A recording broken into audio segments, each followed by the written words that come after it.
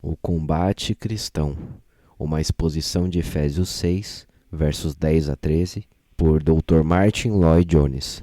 Capítulo 5. A origem do mal. Temos visto que, do ponto de vista do viver cristão, nada é mais prático do que o ensino destes versículos. Na segunda epístola aos Coríntios, capítulo 2, versículo 11, diz o apóstolo: não ignoramos os seus ardis. Ele quer dizer que sabia algo sobre as ciladas do diabo, sobre o que ele procura fazer numa igreja e entre os cristãos.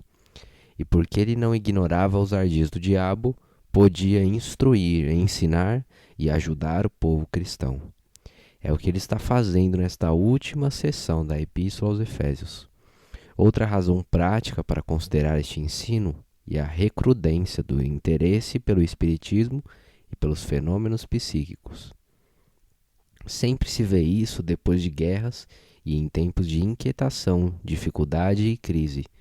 Isso está ficando cada vez mais popular hoje em dia e está penetrando sorrateiramente na vida da igreja cristã. Assim, é importante que compreendamos o ensino, que reconheçamos no Espiritismo o que ele é de fato, obra de demônios. Estou introduzindo o assunto desta maneira porque estou ciente do fato de que essa espécie de ensino é considerada estranha hoje, não só pelo mundo, mas até pela igreja.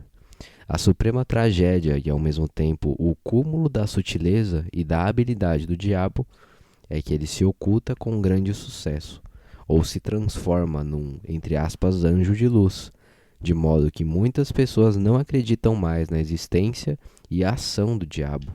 Não têm a mínima consciência da sua existência. Na verdade, a maioria hoje acha que qualquer consideração que se faça sobre o diabo é mais ou menos uma piada e com isso naturalmente essas pessoas se colocam numa situação muito grave.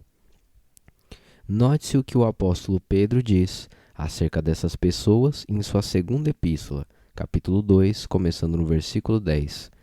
Ele está falando de certas pessoas que se extraviaram, principalmente aqueles que, segundo a carne, andam em concupiscências de imundícia e desprezam as dominações, atrevidos, obstinados, não receando blasfemar das dignidades, enquanto os anjos, sendo maiores em força e poder, não pronunciam contra eles juízo blasfemo diante do Senhor.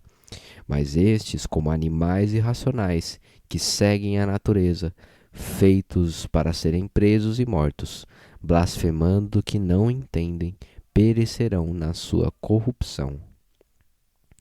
Permitam-me reforçar isso com uma palavra da Epístola de Judas, para mostrar a gravidade deste assunto e para que se veja que não existe nada mais monstruoso que as pessoas brincarem sobre o diabo e considerarem como tema para alegrar e fazer rir toda e qualquer palestra sobre o diabo e os espíritos malignos.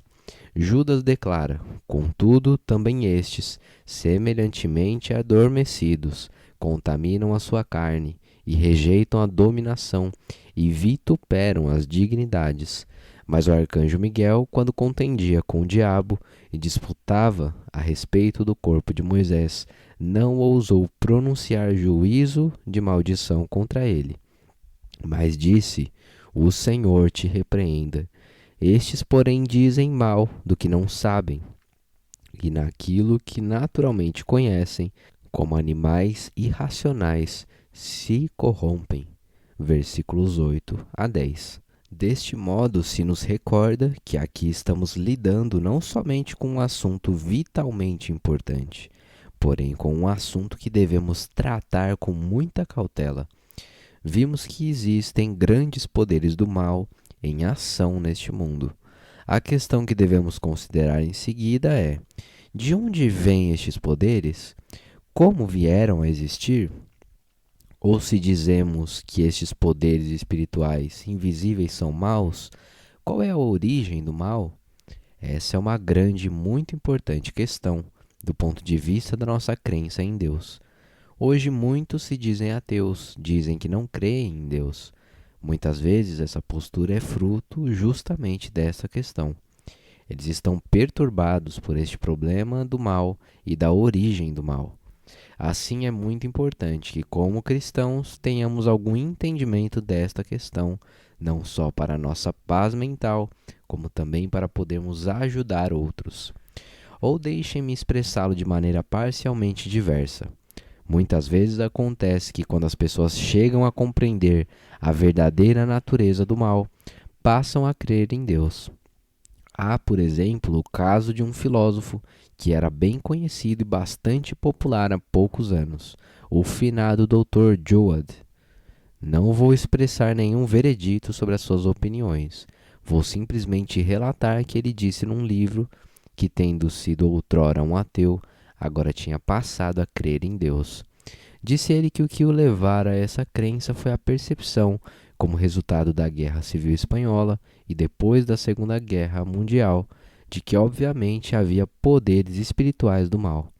Ele não conseguia explicar aqueles eventos em termos meramente humanos. Chegou a acreditar na categoria e na esfera do espírito, e finalmente isso levou a crer na existência de Deus. Quanto a nós, a nossa fé em Deus não será completa se não entendermos isto. Portanto, somos compelidos a tomar conhecimento disto e a encará-lo. E em acréscimo, como tenho dito, vocês nunca entenderão todo o curso da história do mundo, se não entenderem este ensino. Se não compreenderem o passado, não compreenderão o presente, e menos ainda, poderão ter alguma real esperança quanto ao futuro. Consideremos o que a Bíblia nos diz acerca deste reino do mal. Qual é a origem do diabo, dos principados e potestades, dos espíritos da iniquidade nos lugares celestiais, dos príncipes ou governadores das trevas deste mundo? Antes de examinarmos a resposta bíblica a essa pergunta, permitam-me lembrá-lo de que este é um problema que tem ocupado as mentes e o pensamento dos homens através dos séculos. Havia um conceito mantido por muito tempo no mundo antigo de que o mal proveio de um Deus que era virtualmente igual em força e poder ao Senhor Deus Todo-Poderoso. Diziam os seus defensores que havia um Deus bom e havia um Deus mau, que denominavam Demiurgo. Acreditavam que esta era a explicação do mal e que estes dois deuses eram iguais em sua subsistência e em seus poderes. Muitos deles acreditavam que foi este Deus mau que criou este mundo material. Outros acreditavam que foi o Deus bom que criou o mundo, mas o outro Deus interferiu na criação e assim por diante. Outros criam e muitos ainda creem na eternidade do mal. Dizem eles que o mal é uma coisa que está na própria tessitura de toda a criação, não uma coisa que veio a existir, e sim algo que sempre existiu. Eles não tentam explicar a sua origem, simplesmente afirmam que o mal é algo que sempre existiu e que é eterno. Contudo, a opinião dominante hoje é que não existe mal de modo nenhum e que aquilo que é chamado mal é apenas a ausência do bem ou a ausência da perfeição. Este conceito nasce inevitavelmente da teoria ou suposição da evolução.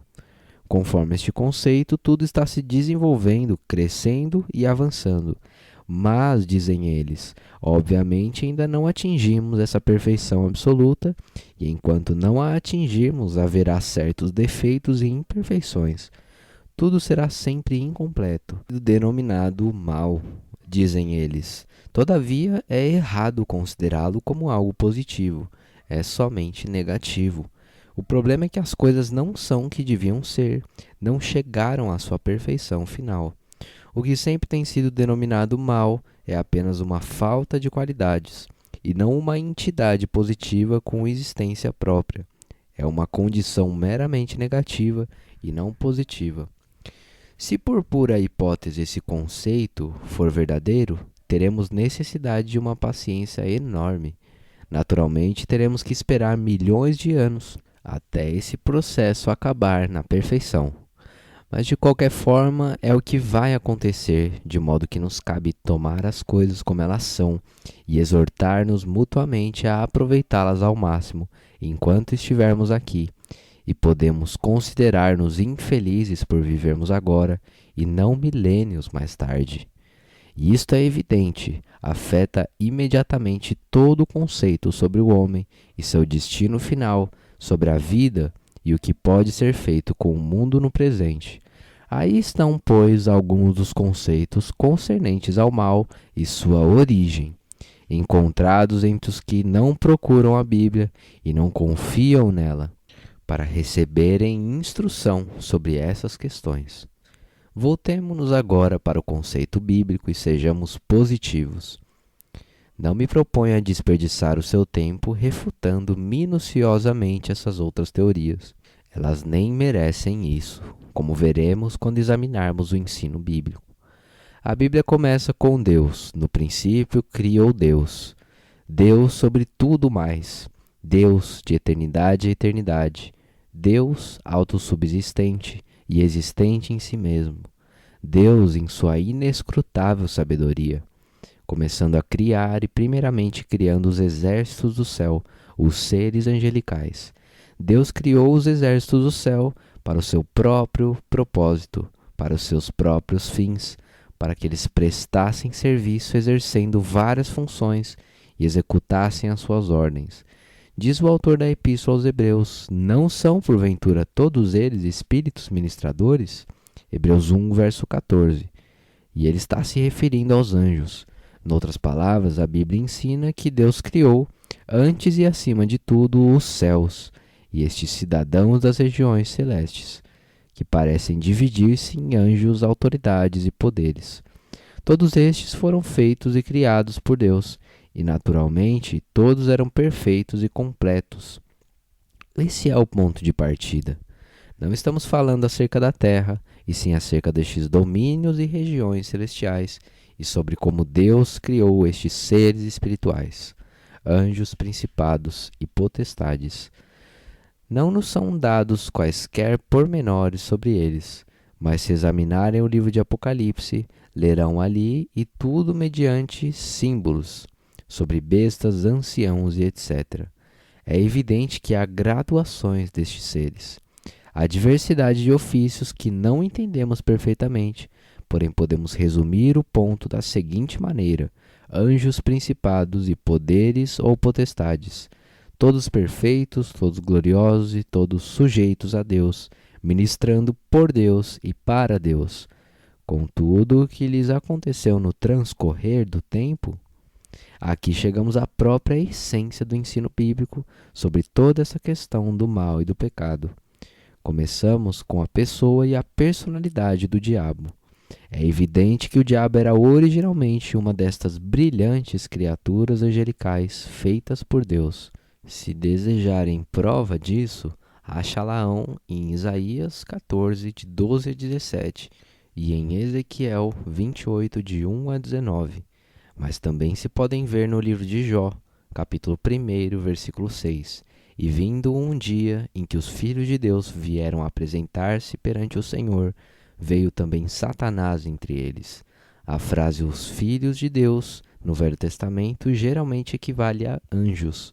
E aqui nos diz que houve um dia em que os anjos se apresentaram diante de Deus, e entre esses filhos de Deus estava Satanás, o diabo.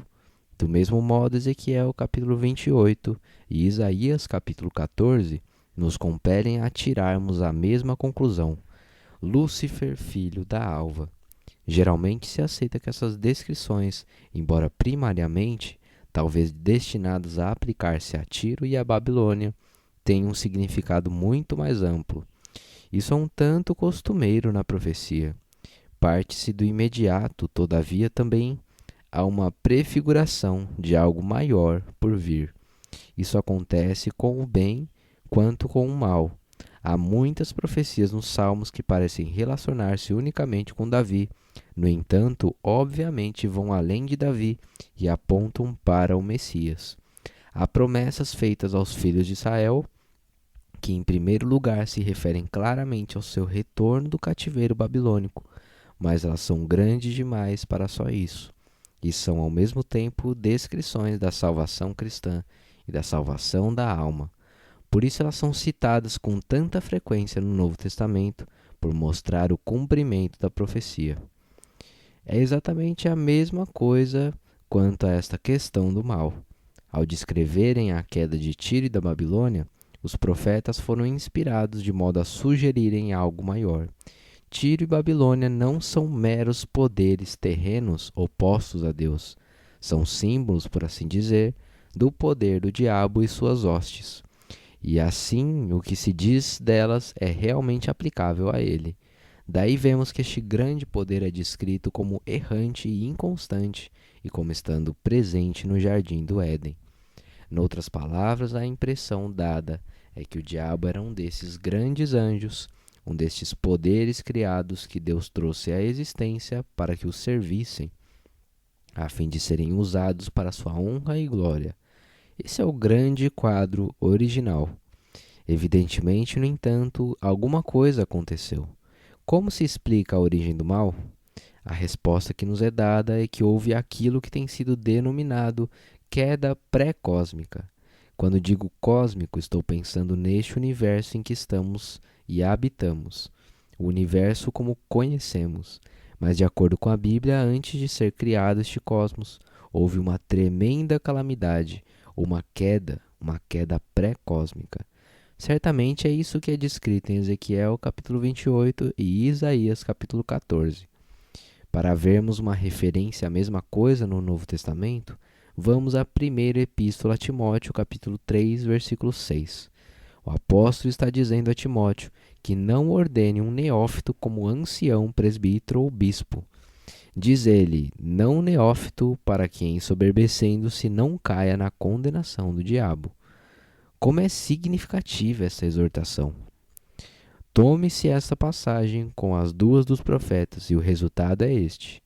Ali, no meio de todos estes brilhantes seres angelicais, estava este ser proeminente, Lúcifer, filho da alva, um dos maiores, dos mais capazes e dos mais poderosos deles todos. Ele se tornou ambicioso, ficou insatisfeito com a sua posição de subserviência a Deus e quis ser como Deus.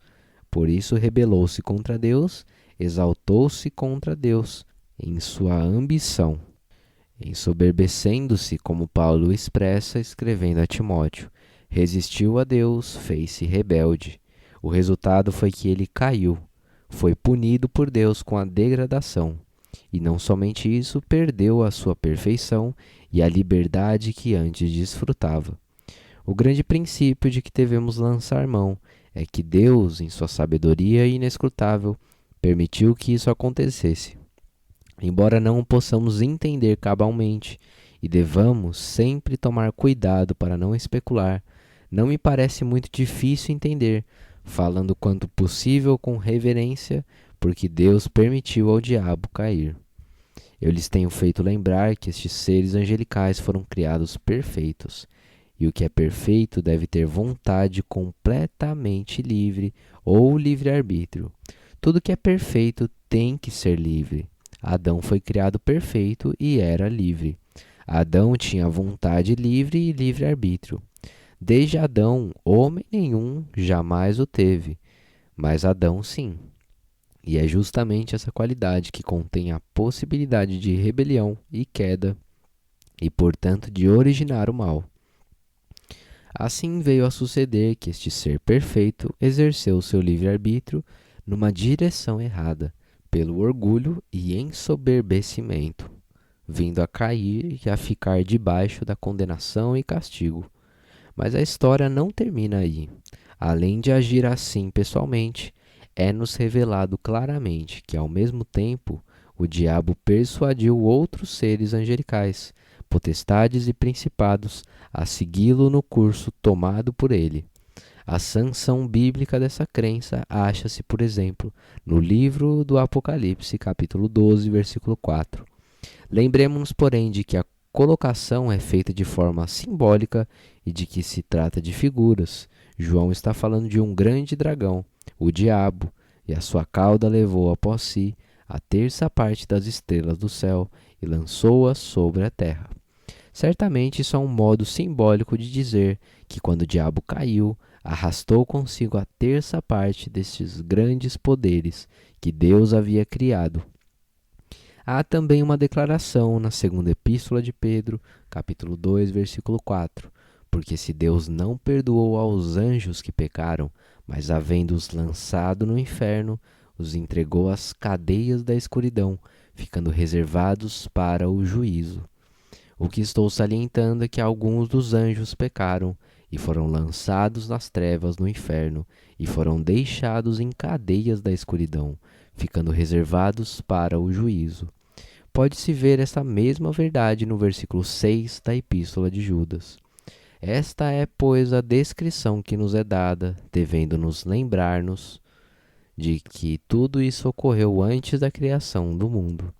O diabo influenciou estes outros e juntos eles se rebelaram contra Deus, e assim caíram, tornaram-se maus e ficaram sob a condenação de Deus.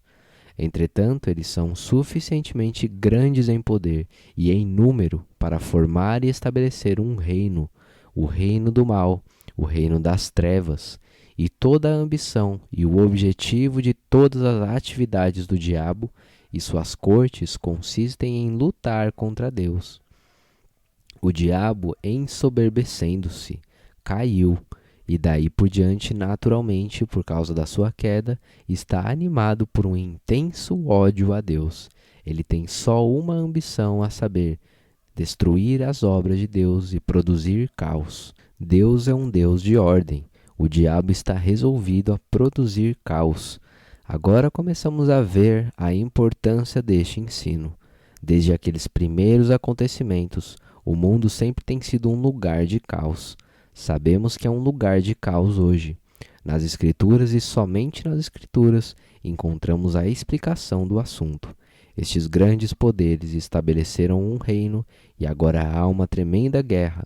Deus e suas fulgentes hostes angelicais estão pelejando contra o reino do diabo, contra o reino das trevas e contra os poderes e espíritos do mal, arregimentados contra Deus. Aí está em essência a explicação da origem do mal. É resultado daquele tremendo acontecimento ocorrido na esfera angelical, na esfera celestial, totalmente acima de nós.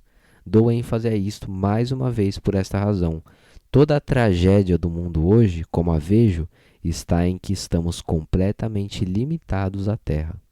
Começamos com o homem, começamos com o mundo, sempre conosco os mesmos, e especialmente com o homem do século XX.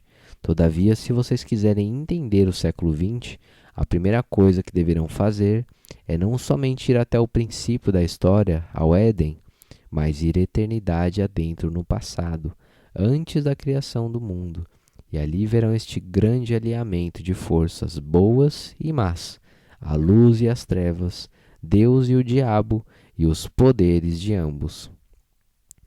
Há uma outra coisa que devo mencionar. Não é muito clara e é mais especulativa. No entanto, me refiro a isso porque pode ser de grande importância e certamente nos ajuda a entender certos problemas relacionados com diferentes aspectos da fé cristã. Há os que acreditam que este grande evento cataclísmico que ocorreu naquela queda pré-cósmica do diabo e de anjos envolveu também uma criação material original.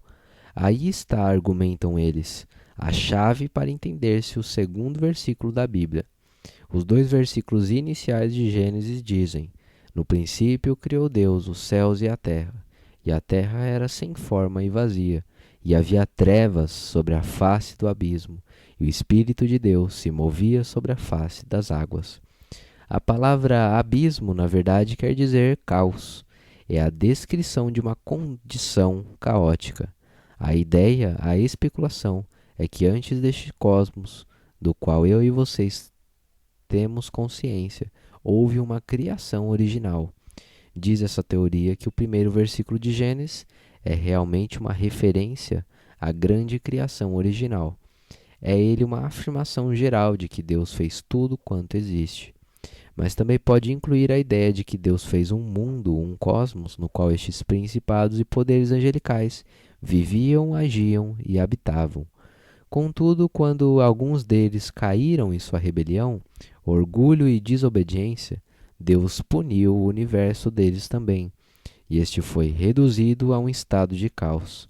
Desta forma, o que vem descrito em Gênesis capítulo 1, versículo 2 em diante, é a restauração, a recriação desta criação original que entrara numa condição de caos e trevas. Este é um assunto acerca do qual não podemos ter certeza. É mais ou menos uma especulação, porém há algo que se pode dizer em favor dessa ideia. Não consigo imaginar um ato divino de criação passando por um estágio caótico em nenhum ponto.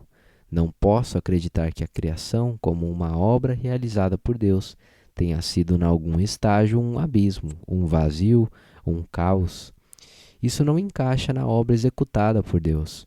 Tudo na criação, na natureza, em toda parte, em cada passo ou estágio, é caracterizado pela mesma perfeição de forma.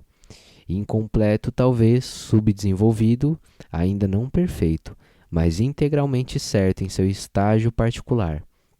Caótico jamais, por mais rudimentar que seja a forma, por mais embrionária, nunca é caótica. Jamais há este senso de vazio.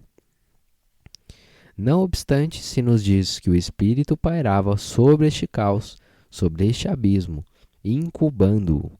Assim pode muito bem ser que aquela teoria esteja certa. E se está, dá uma boa resposta aos que afirmam que não acreditam na narrativa da criação dada em Gênesis por causa das descobertas dos geólogos que, examinando a natureza e o universo material, dizem que ali há provas de que as rochas ou as diversas formações geológicas existem desde longas eras. Eles podem estar certos e podem estar errados. Não precisamos acreditar em tudo que o homem diz, nem que seja um geólogo. Entretanto, ainda que se conceda que eles estão certos, a resposta poderá ser que tudo o que eles estão descobrindo é o resultado de uma grande catástrofe original que se deu quando, com a queda dos anjos e do diabo, foi infligida a punição ao universo inteiro, levando-o ao caos resultante. Não dou ênfase a isto, fica exposto aqui para consideração. Todavia, o que deve ficar claro para nós é que antes da existência do cosmos, como agora o conhecemos, houve este tremendo evento, a queda do diabo e de certos anjos, e que os poderes e as forças do mal resultaram dessa queda. O passo subsequente é que Deus criou o mundo como agora o imaginamos. É o que se descreve no capítulo 1 de Gênesis. Deus fez todas as coisas perfeitas, como perfeitas são todas as obras de Deus, inclusive o homem. Portanto, houve uma criação perfeita. O paraíso. Deus examinou tudo e viu que era muito bom. E Deus se agradou e ficou satisfeito com tudo. Ali estava, pois, o mundo perfeito de Deus, e tudo em paz e harmonia. E o homem vivia em comunhão com Deus. Mas então surge a pergunta: se foi assim, por que o mundo é como agora o vemos? A Bíblia fornece a resposta. Deus fez um mundo perfeito e nele se deleitava. Contudo, as forças do mal, o diabo e os anjos, os principados e os poderes decaídos, com todos os seus maus desejos, sua ambição doentia e seu ódio a Deus, olharam para a criação de Deus e se determinaram a destruí-la. Assim o diabo veio e tentou a mulher, e por meio dela o homem.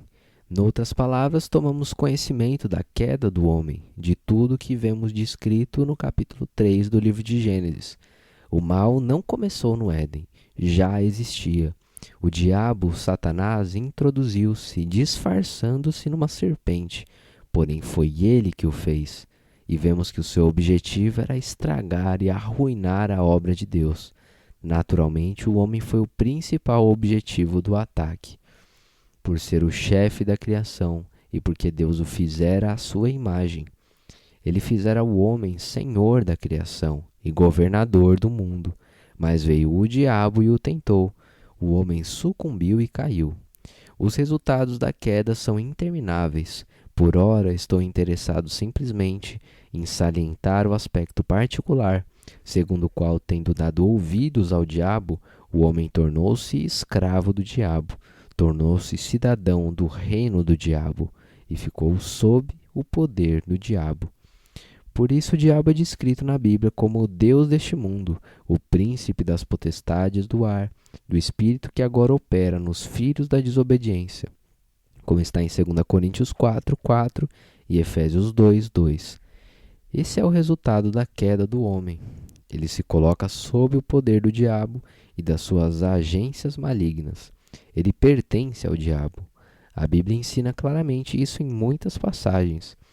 Anteriormente, nos referimos à história do encontro de Saulo de Tarso com nosso Senhor no caminho de Damasco e do seu comissionamento para a realização de certa obra. Disse-lhe o Senhor: Eu te envio aos gentios, para lhes abrires os olhos, e das trevas os converteres à luz, e do poder de Satanás a Deus. Atos 26:18. A inferência é que por natureza os homens estão sob o poder de Satanás, e portanto não é de admirar que, escrevendo aos Colossenses, Paulo diga: o qual nos tirou da potestade das trevas e nos transportou para o reino do Filho do seu amor. Colossenses 1:13. O homem está no reino das trevas, no reino do diabo. Está debaixo do poder do diabo, debaixo do domínio do pecado. O pecado não terá domínio sobre vós, diz o apóstolo aos cristãos romanos. Romanos 6:14. A dedução é que o pecado tinha domínio sobre eles antes de se tornarem cristãos. Ou tomemos de novo a descrição feita pelo Senhor Jesus já citada. Quando o valente guarda armado a sua casa em segurança, está tudo quanto tem. Lucas 11:21. Essa é a descrição que o Senhor Jesus Cristo faz do mundo apartado dele. O valente armado descreve o diabo. O que é o mundo? A sua casa, tudo quanto tem. Refere-se à humanidade como resultante do pecado. Assim, a terrível consequência da queda é que o homem não é mais livre, é escravo do diabo, constitui os bens do valente armado, está debaixo do poder e domínio de Satanás, do pecado e do mal. Tomemos ainda a descrição que disso faz o apóstolo João na sua primeira epístola, capítulo 5, versículo 19. Sabemos que somos de Deus e que todo mundo está no maligno. Que descrição terrível! O mundo inteiro, exceto o povo cristão, está nas mãos do maligno, está nas garras de Satanás. Ele o tem em seu poder e domina toda a vida do mundo sem Cristo. Aí está, porque o homem é como é. A queda pré-cósmica levou à queda cósmica, à queda do homem. O resultado é que todo o curso da história do homem mudou inteiramente. Desde o momento em que caiu, por ter dado ouvidos a Satanás, não é mais livre, é escravo de Satanás. O homem é um subordinado do Deus deste século, não é mais o Senhor da criação. Ele é dominado por essas coisas e, em muitos sentidos, é seu servo. Embora tenha ainda grande capacidade, é vítima das mesmas forças que estava destinado a dominar e que tenta dominar.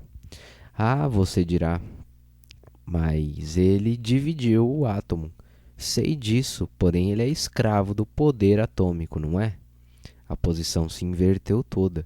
O homem perdeu a sua liberdade. Não é mais o senhor da criação. É escravo do diabo e do inferno.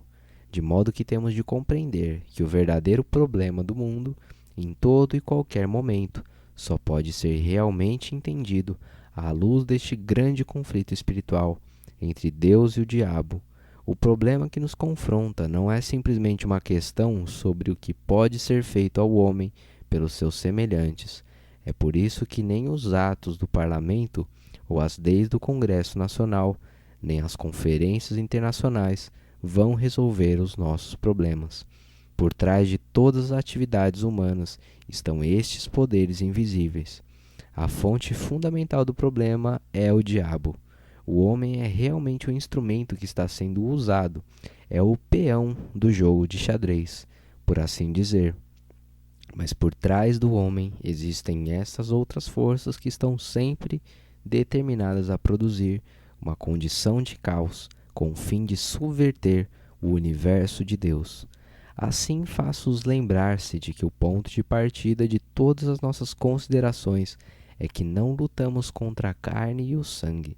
Podemos lidar com os homens, porque os seus poderes são semelhantes aos nossos.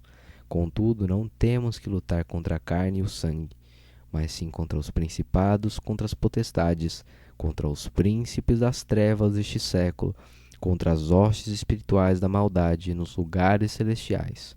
E o diabo é imensuravelmente mais poderoso do que nós. Leiam o Velho Testamento e verão que ele derrotou todos os santos, todos os patriarcas, todos os profetas. Não há um justo, nenhum sequer. Todos pecaram e destituídos estão da glória de Deus. Romanos 3, 10 e verso 23.